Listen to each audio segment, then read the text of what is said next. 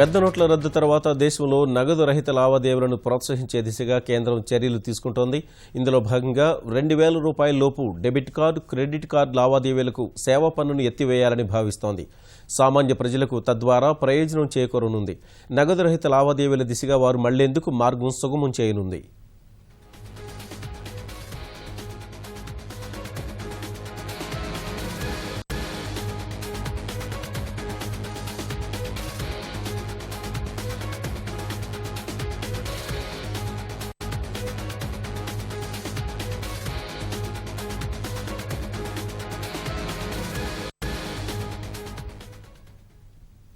పెద్ద నోట్ల రద్దు తర్వాత దేశంలో నగదు రహిత లావాదేవీలను ప్రోత్సహించే దిశగా కేంద్రం చర్యలు తీసుకుంటోంది.